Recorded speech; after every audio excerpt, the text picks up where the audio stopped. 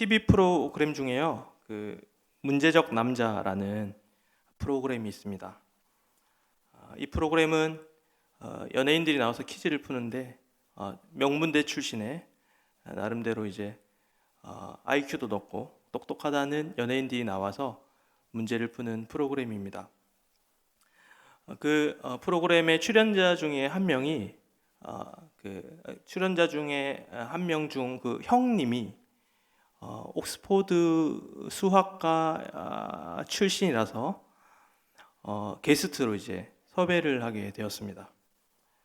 그래서 얼마나 똑똑한지 모든 세계의 어떤 수학 경시 대회에서 입상한 그 경력을 가지고 있고, 또 누구보다 이 수학에는 자신이 있었고, 이 수학이라는 학문에 대해서 앞으로 끝까지 자신을 좀 해야겠다라는 마음을 가지고 이제 옥스포드에 들어가게 되었다고 합니다. 옥스포드에서 수석으로 입학을 할 만큼 굉장히 뛰어난 이제 수재였습니다. 근데 이제 그가 옥스포드 대학에 들어가서 공부를 하다가 얼마 안 돼서 나는 더 이상 수학이라는 학문을 계속해서는 안 되겠다라는 마음이 들었다고 합니다. 왜냐하면 그분은 한국식 교육을 받아서 이 문제를 풀어가는 데는 누구보다 자신이 있었어요. 그래서 수학에 접근하는 그 방법론적 기술이나 이런 것들에 대해서는 굉장히 뛰어났는데, 이제 그 옥스포드 대학에서 공부를 하는 방향이 그가 생각하는 것과 너무 달라서 곧 포기했다라고 합니다. 그러니까 그 사람은 하루하루 그 문제를 풀기 위해서 막 이렇게 스트레스를 받아가며 문제를 푸는데, 이제 거기에 있는 수많은 학생들은 그 문제를 푸는 것 자체를 굉장히 즐겼다라고 합니다.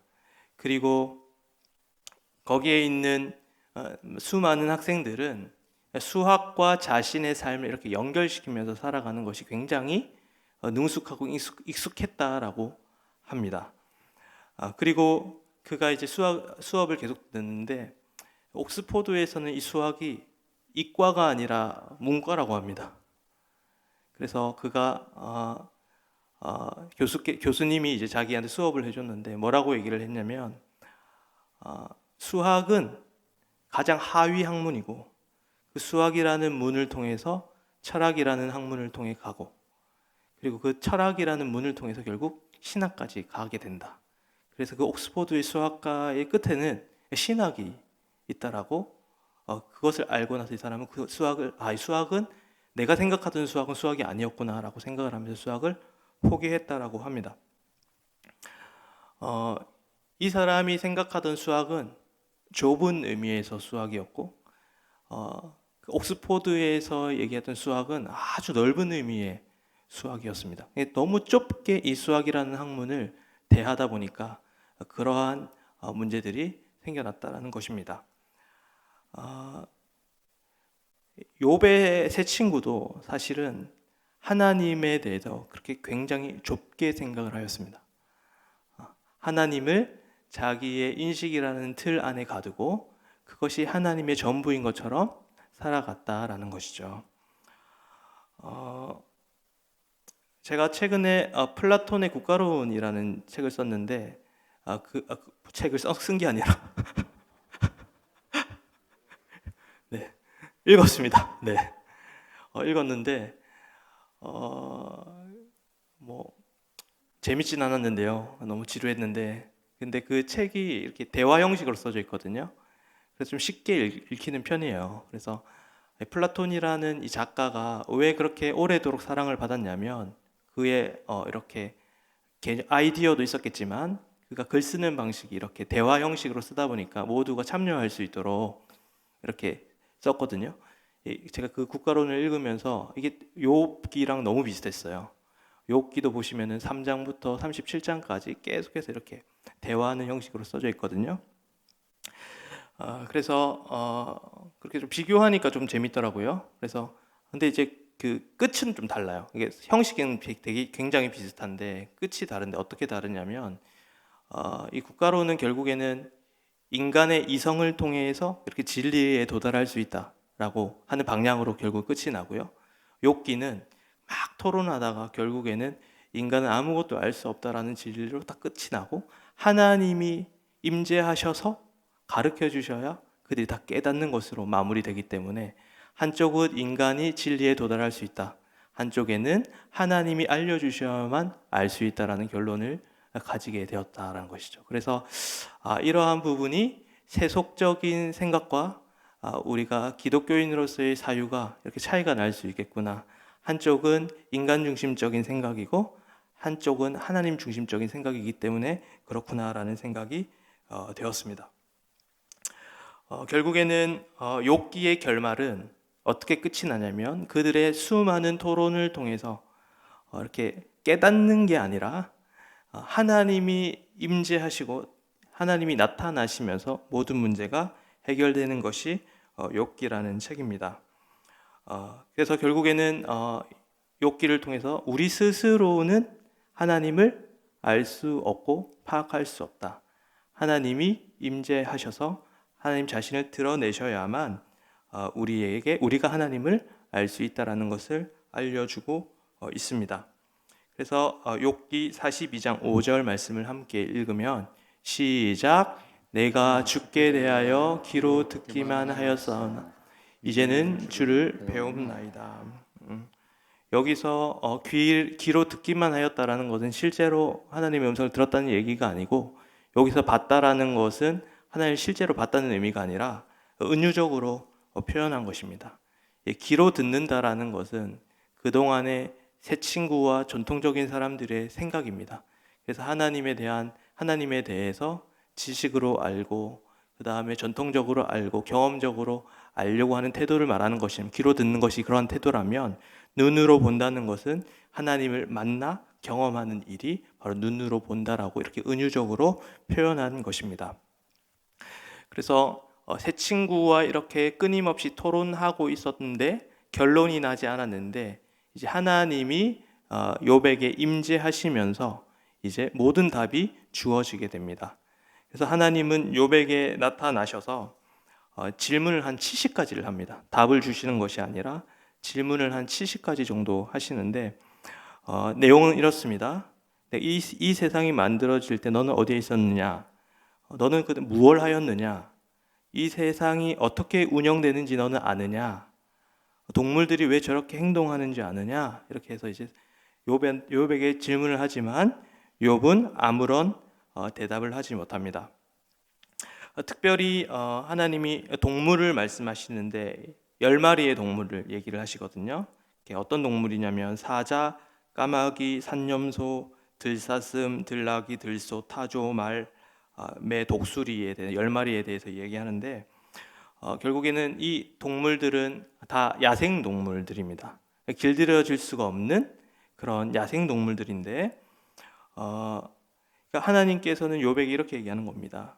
네가 그 야생 동물 하나도 관리하지 못하고 잘 알지 못하는데 네가 어찌 나를 알 수 있겠느냐라고 하는 질문입니다. 그래서 네가 아무리 노력을 하더라도 나에 대해서 파악할 수 없다라고 하나님이 욥에게 말씀하시는 것이죠. 그래서 하나님이란 존재는 우리의 인식과 우리의 사고 속에서 완전히 파악될 수 있는 존재가 아니라는 것을 이야기하고 있습니다. 우리의 인식 안에서 하나님은 움직이시는 것이 아니라 이 인식을 초월하시는 하나님의 그 존재를 우리는 바라볼 수 있습니다. 그래서 하나님은 길들여지지 않는 하나님이십니다. 근데 우리는 삶을 살아가면서 늘 하나님을 길들이려고 합니다. 하나님 이렇게 움직여 주세요, 이렇게 움직여 주세요 하면서 나의 경험과 나의 생각 속에서 하나님을 끼워 맞추려고 하는 것이 우리의 잘못이라는 것입니다. 제가 지난 13기 군산에 아울리치를 갔다 왔어요. 그래서 저희 군산팀을 이렇게 리더하셨던 간사님이 경험이 굉장히 많은 간사님이셨는데, 그러다 경험이 많다 보니까 이제 때마다 어떻게 행동해야 하는지를 너무 잘 알고 계시는 거예요. 이런 일이 있을 때는 이렇게 반응하고, 이런 일이 있을 때는 이렇게 반응하고, 이렇게 며칠을 지냈는데 그 이후부터는 이 간사님이 원하는 대로 되는 게 하나도 없는 것이었습니다. 그래서 이 간사님이 저한테 와서 어떤 얘기를 해주셨냐면, 지금도 인상 깊게 제 생각 속에 있는데, 그분이 이런 얘기를 하셨어요. 그러니까 어, 내가 좀 교만했다라고 얘기를 하시면서, 하나님의 음성에 그때부터 반응한 것이 아니라, 나는 내 경험과 내 인식을 가지고 이 아울리치를 이끌어 갔던 것 같다라고 하시면서, 공개적으로 팀원들 앞에 재고백하시고 무릎을 꿇고 우리 다 같이 기도하는 시간을 가졌습니다. 우리는 그래서 늘 하나님을 대할 때 겸손한 태도가 필요합니다. 그래서 우리는 신앙생활의 연수가 길어질수록 내가 하나님을 다 알고 내가 다 하나님을 경험한 것처럼, 하나님이 어떻게 움직이는 것을 다 아는 것처럼 행동하는 경향들이 있습니다. 그러나 우리 하나님은 길들여지지 않는 하나님이시고, 날마다 새로운 방식으로 우리의 인식을 뛰어넘어서 행동하시는 하나님입니다. 그래서 우리는 늘 이 영역을 하나님의 신비의 영역으로 우리가 남겨두고 겸손하게 하나님에 대해서 반응하며 살아가야 합니다. 그래서 하나님은 그 질문을 통해서 나는 길들여지지 않는 하나님이야 라고 요셉에게 알려주고 있습니다. 그 다음에 38장 1절인데요. 우리 함께 하나님의 말씀 읽겠습니다. 시작. 그때 여호와께서 폭풍우 가운데서 욥에게 말씀하여 이르시되, 하나님이 38장에 처음 등장하시면서 그 썼던 단어가 뭐냐면 여호와께서라는 단어를 쓰거든요. 이 여호와라는 단어는 하나님과 인간과의 그 약속 가운데 들어오시는 하나님에 대한 이야기를 하는 거죠. 그러니까 길들여지지 않는 하나님이시지만 인간에게 다가오실 때는 또 자신을 이렇게 축소하셔서 자존심을 다 버리시고 찾아오시는 것을 우리는 바라보게 됩니다.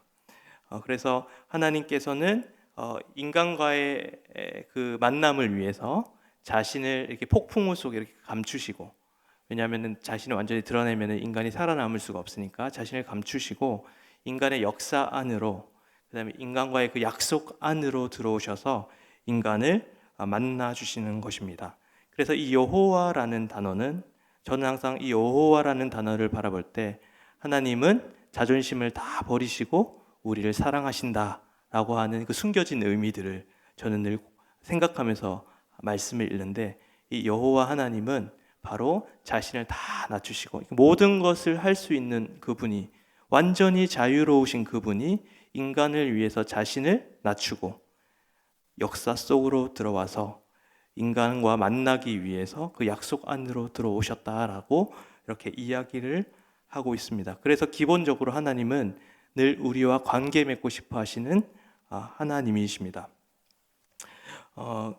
하나님은 우리와 거래하시는 분이 아니라 우리와 늘 관계 맺으시는 분입니다. 근데 다른 종교는 항상 이렇게 거래 형식의 종교입니다. 인격적인 관계의 종교들이 아니라 다 우리가 무엇을 하면 무엇을 받는 거래 조건으로, 다른 종교는 그렇지만 우리 기독교는 그런 거래 종교가 아닙니다. 하나님과의 관계 속에서 신앙생활을 해나가는 그런 종교가 이 기독교입니다. 제가 음식점에 가서 사장님에게 음식을 시키고 돈을 지불하고 그 음식을 받는 것은 관계 속에서 하는 것이 아니라 거래입니다. 바로 그거는 관계에 포함되지 않습니다. 거래입니다. 그런데 이 상황은 좀 다릅니다. 제 친구가 한의사인데요. 공부를 잘하는 한의사라 가지고 한의원을 강남에다가 차렸는데, 그 한의원에 이제 검사를 맡으러 갔어요. 그래서 팔체질이라고요. 그 자신의 체질을 검사해가지고 거기에 맞는 음식을 이렇게 알려주는 그런 검사를 맡게 되었어요. 그 친구가 저에게 하는 이야기가 뭐냐면, 너는 절대로 매운 음식과 닭고기를 먹지 말라, 저에게 얘기를 했거든요. 근데 제가 가장 좋아하는 음식이 불닭이에요. 불닭, 매운 닭 요리. 그러니까 제가 맨날 그거를 먹었으니 건강이 얼마나 나빴겠습니까? 그래서 근데 이제 결혼을 하고 나서 이제 밤마다 하고 그 매운 닭 생각이 나는 거예요. 너무 먹고 싶은데. 그래서 저희 아내한테 내가 청소도 하고 빨래도 하고 화장실 청소도 하고 재활용품도 다 버리고 방 청소도 할 테니 불닭 좀 시켜달라고 했어요. 그랬는데 저희 아내가 식탁에다가 야채 샐러드를 얹어 놓은 거예요. 이거는 거래가 아니라 관계죠. 내 몸을 위해서, 나의 건강을 위해서 나를 사랑하는 마음으로 아내가 야채 샐러드를 올려놓은 거죠. 하나님과의 관계를 늘 생각할 때마다 우리는 거래를 할 때가 너무나 많은 것 같아요. 하나님, 내가 이만큼 했으니 이 정도를 해주세요 라고 생각하지만 기독교라는 종교는 거래의 종교가 아니라 관계의 종교입니다. 그래서 하나님이 나의 삶을 위해서, 나의 인생을 위해서 때로는 내가 보기에는 좋지 않은 상황을, 좋지 않은 환경을 주실 수도 있지만 그것이 내 눈으로 보기에는 당장에는 나빠 보이지만 결국에는 하나님이 그것을 통해서 나의 삶을 선한 길로 인도하실 거라는 것을 굳게 믿고 날마다 우리는 거래 속에서 살아가는 것이 아니라 이 관계 속에서 살아가야 한다라는 것입니다. 그래서 하나님은 여호와께서 욥에게 말씀하셨다라는 이 짧은 구절 사이에는 그런 관계적인 의미가 담겨 있습니다. 요셉, 너 똑바로 해. 내가 널 벌 줄 거야. 너희가 내 법을 지키면 네가 복되고 네가 내 말을 안 지키면 널 벌 받을 거야라고 하는 이런 거래적인 용어가 아니라 넌 나를 사랑하는 자녀야, 백성이야라고 하는 그 관계의 언어로서 요셉에게 다가오신 것입니다.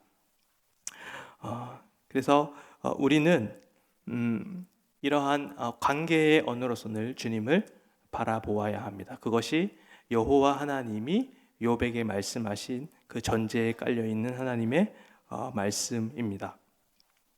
42장 7절을 보시면요. 42장 7절을 보시면요. 함께 읽겠습니다. 시작. 여호와께서 욥에게 이 말씀을 하신 후에 여호와께서 대만 사람 엘르바스에게 이르시되 너와 내 뒷친구에게 노하나니 이는 너희가 나를 가리켜 말한 것이 내 종 욥의 말 같이 옳지 아니하니라. 하나님께서 욥에게 나타나셔서 말씀을 하셨는데 계속 토론을 했잖아요. 그 토론에 대한 해답을 하나님께서 판정을 탁 내리셨어요. 그래서 욥 말고 다른 친구들은 틀렸다. 욥이 맞다라고 이야기를 하였습니다. 겉으로 보기에는 새 친구가 훨씬 더 맞는 것 같습니다. 왜냐하면 새 친구는 하나님에 대해서 하나님의 질서에 대해서 얘기했고 전통에 대해서 얘기했고 하나님에 대한 지식들을 얘기했는데 욥의 삶을 보면 욥은 하나님에 대해서 굉장히 회의했고 하나님한테 도전하는 장면들을 바라보게 됩니다. 그런데 하나님은 욥은 맞고 새 친구는 틀렸다라고 얘기하고 있습니다.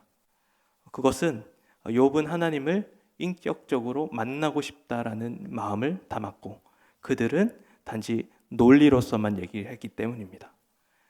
새 친구는 논리로서 하나님께 접근했고요. 욥은 만남으로써 하나님을 대했기 때문입니다. 제가 항상 책을 뽑다가 책을 떨어뜨려 가지고 책에 많이 맞거든요. 그래서 하루는 제가 책 높이 있는 책장에다 책을 꺼내다가 그 책에 맞아가지고 피가 난 적이 있었어요. 그래가지고 이게 너무 아파가지고 혼자서 씩씩거렸는데 제가 아무리 그 책에 맞았다고 해서 책을 욕하고 그러지는 않아요.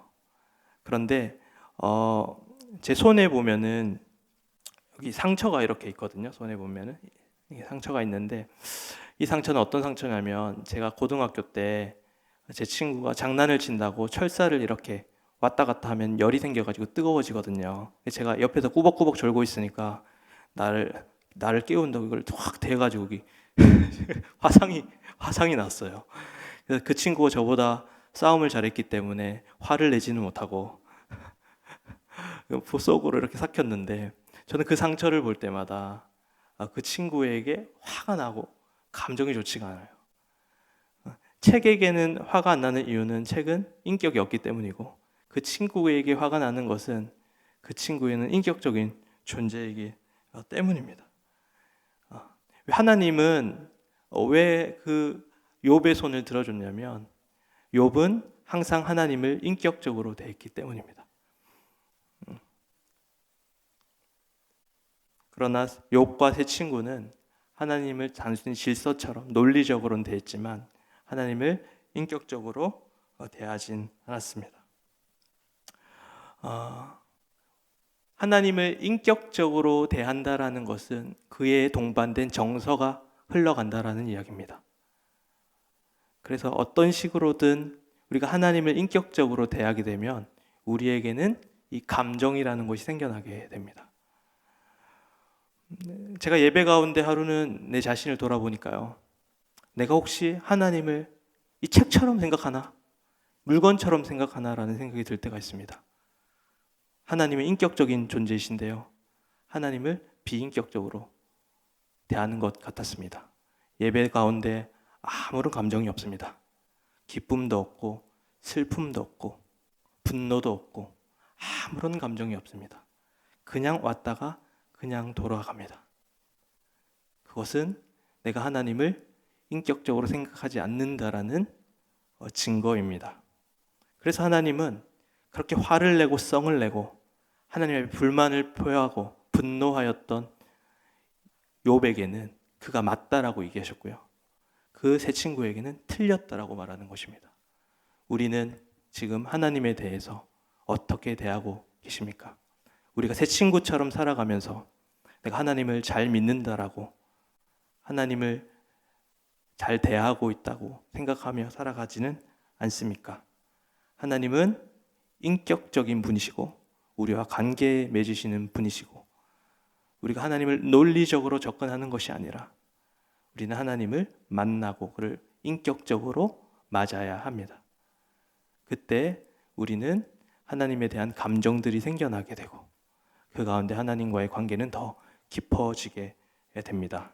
여러분 하나님 앞에서 감정들을 쏟아내십시오. 사람은 그 감정을 받아낼 수가 없지만 하나님은 그 감정을 쏟아내는 그것을 통하여서 하나님과의 더 친밀한 관계와 더 깊은 의미의 신앙의 차원으로 여러분을 데리고 가게 될 것입니다. 하나님과의 만남은 반드시 정서와 감정을 동반합니다. 우리의 예배 가운데 하나님을 향한 감정과 정서가 없다면 우리의 삶을 돌아보십시오. 그러면 우리는 하나님을 비인격적으로 생각할 가능성이 굉장히 큽니다. 하나님을 만지고 하나님 앞에 여러분들의 감정을 쏟아놓는 여러분들의 삶이 되기를 소망합니다. 칼 융이라는 심리학자가 있는데요. 이 심리학자가 세속적인 심리학자긴 한데 아버지가 목사님이셔서 이 기독교의 영향을 굉장히 많이 받았습니다. 그래서 이 칼 융이 정말 좋아했던 성경이 이 욥기였어요. 그래서 이 욥기를 통해서 자신의 심리학 책을 정리하고 자신의 사상을 이야기를 하는 것을 제가 보게 되었습니다. 그래서 이 칼 융의 사상들 후대 심리학자들이 잘 정리를 해서 최근에 이렇게 잘 나와 있는데요. 제가 이제 그 책을 보면서 이 욥을 어떻게 정리했냐면 이 욥의 그 여정이 자기를 찾아가는 여정이다라고 이제 표현을 하면서 어떻게 보면 인간론에 대한 이야기를 하는 것을 알려드리려고 합니다. 그래서 칼 융은 인간을 두 가지로 나눠요. 하나는 자기라고 하고 하나는 자아라고 하는데 이 자기는 쉽게 설명하면은 하나님의 형상이고요. 하나님께 우리가 받은 하나님의 형상이고 객관적인 자기이고요.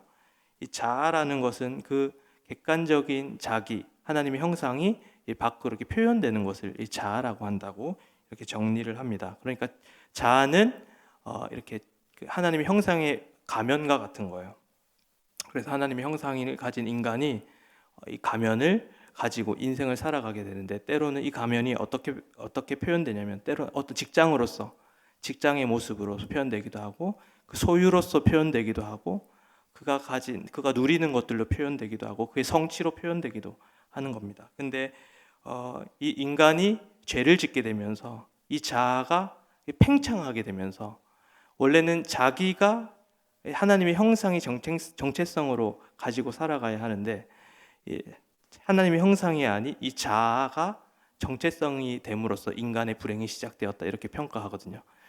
그러니까 원래는 우리가 하나님의 형상으로서 인간 존재 자체로서 우리가 의미가 있고 우리가 인간으로서의 그런 아름다움이 있는 것인데 죄로 인해서 이제는 내 소유가 나라고 생각하고 내가 가진 직업이 나라고 생각하고 그리고 내가 가진 건강이 나라고 생각하고 내가 가진 외모가 나라고 생각하면서 인간의 삶은 이제 점점 불행해지기 시작한 거죠. 왜냐하면은 나의 직업도 나의 소유도 나의 성취도 영원할 수 없는 것이고 계속 변하기 때문입니다.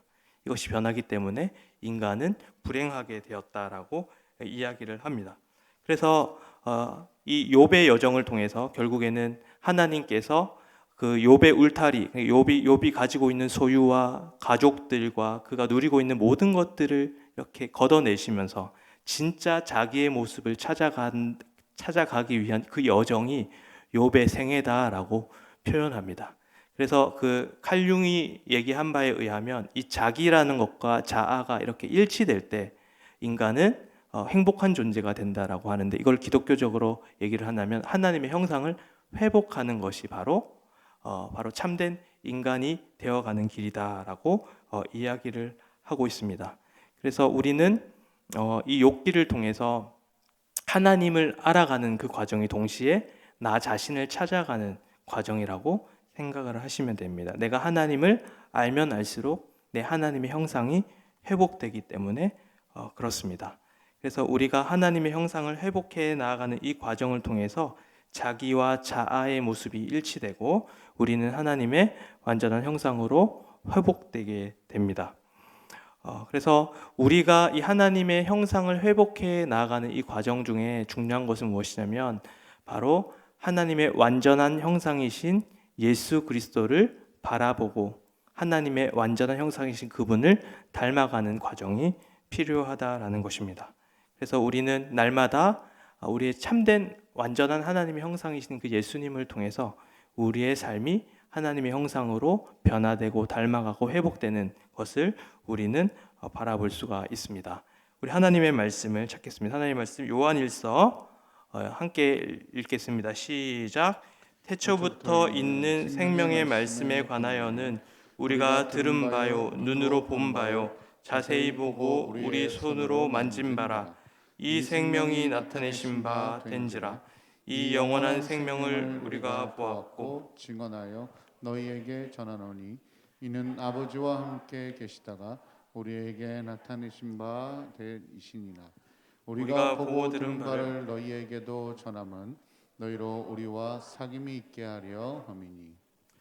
이 말씀에 근거한다면 욥은 하나님을 귀로 듣다가 이제 하나님 눈으로 본다라고 얘기했는데 이제 우리에게 있어서 눈으로 본다라는 것은 바로 그 생명의 말씀이 하나님의 말씀을 통해 우리는 예수 그리스도를 바라보게 된다라는 것입니다.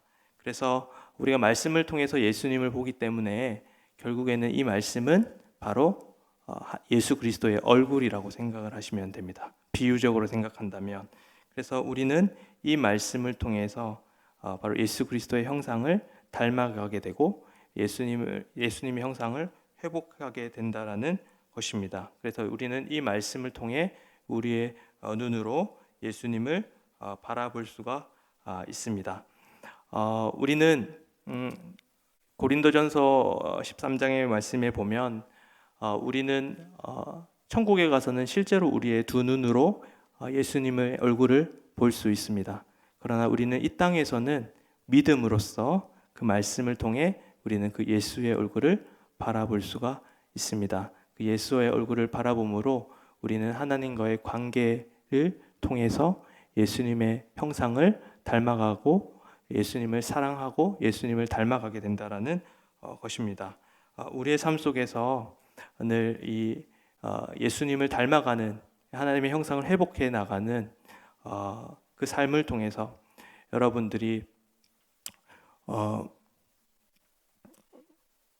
그 삶을 통해서 하나님께서 다시 오시는 그날까지 우리는 날마다 주님과의 그 교제를 통해서 예수님을 닮아가 예수님을 깊이 사랑하는 여러분들의 삶이 되기를 소망합니다. 이 고난 주간인데 저희가 말씀을 통해서 또 예수 그리스도의 행적을 통해서 예수님의 형상을 또 바라보고 닮아가는 여러분들의 삶이 되기를 소망합니다. 우리 함께 찬양하며 나아가시겠습니다.